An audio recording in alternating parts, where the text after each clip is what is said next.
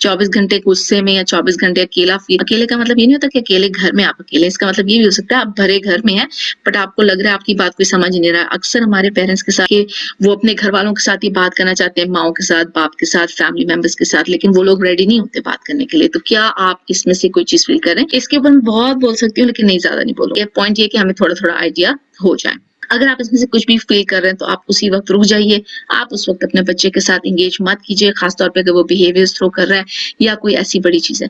अब ये भी ना हो कि रोज ही आप इस हालत में हो तो रोज ही आप रुक जाओ, रोज ही आप ना सिखाएं। तो लेकिन ये मैं एक आम उसकी बात कर रही हूँ कि आप अपने अंदर ये चीजें रिकॉग्नाइज करना शुरू करें और फिर डील करें इसके साथ, और फिर स्केड्यूल्स बनाएं अपने लिए भी, किस वक्त मैं ऐसा फील नहीं कर रहा था, कौन सा मेरे लिए वक्त बेहतर है काम करने के लिए।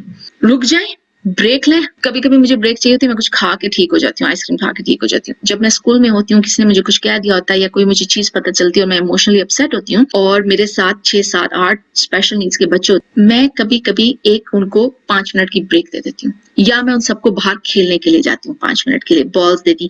ये नहीं कि उनको छोड़ दिया, बिल्कुल उनको इंगेज कर दिया किसी चीज में, और मैंने बाहर जाती हूँ तो मेरा भी मूड ठीक हो जाता है, थोड़ा सा सांस हवा लगती है आपको, ये वो। तो आपने लेना है, ये हर एक के साथ होता है। अपने अंदर ये चीजें आपने रिकॉग्नाइज करनी है।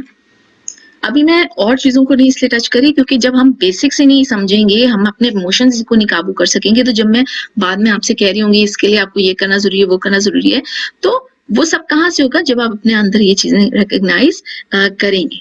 और एज वाइज मैंने आपको कह दिया है, एज वाइज ये सारा बच्चों में चीज जो होती है, तकरीबन बचपन से लेके बड़े तक मेजॉरिटी बच्चों की नीड्स यही होती हैं जो मैं आपको बता चुकी हूँ, और पेरेंट्स की भी ये नीड्स होती हैं। और फिर इसके अलावा और सर्कमस्टेंसेस होते हैं, जैसे मुझे पता है कि कुछ पेरेंट्स जो हैं, कुछ जगह मेरी बात होती है तो वो तो माँ बाप इकट्ठे एक कमरे में नहीं रह रहे होते, राइट? तो आपको क्या लगता है कि मतलब मेरे ख्याल से तो बच्चे बहुत समझदार होते हैं। जो मेरे क्लास में बच्चे होते हैं वो अपने घर की मुझे स्टोरी सुना रहे होते हैं, चाहे उन्हें बोलना आता हो या ना आता हो, दे वेरी उन्हें पता होता है उनके घर में क्या हो रहा है। वो मुझे बताते हैं कि अगर थोड़े बहुत भी लफ्ज आते हैं कि घर पे ये हुआ, अब्बू ने ये किया, अम्मी ने ये किया, तो ये सारी चीजें। तो मैं ये नहीं कह रही कि हर बच्चा, क्योंकि अगेन डिसेबिलिटी के लेवल्स होते हैं, लेकिन जनरली आप ये चीजें नोट कर सकते हैं। Okay, so hopefully you like the video. आपको बातें समझ आई होंगी। ये बहुत बेसिक बातें हैं, लेकिन जिस तरह से मैंने, ये बहुत सारी फिलॉसफीज पे बेस्ड है, इनकी पूरी थ्योरीज हैं, इनकी पूरी स्टडीज हैं, तो ये उस पे बेस्ड, तो ये लोगों ने इसके ऊपर काम किया हुआ है। उनका नाम मैं इसलिए मेंशन नहीं करती कि मैं पेरेंट्स के लिए जो आम देख रहे हैं उनके लिए बहुत ज़्यादा मुश्किल नहीं करना चाहती, तो जो उनके आइडियाज़ हैं उनको मैं ईजी करके यहाँ पे एक्सप्लेन कर देती हूँ ताकि आप अपने घरों में उनको इस्तेमाल कर सकें। ये वीडियो ज़रूर शेयर कीजिए सारे फैमिली मेम्बर्स के साथ। चलें, आपके लिए आज के लिए इतना ही काफ़ी है और इंशाल्लाह फिर बात करेंगे। अस्सलाम वालेकुम।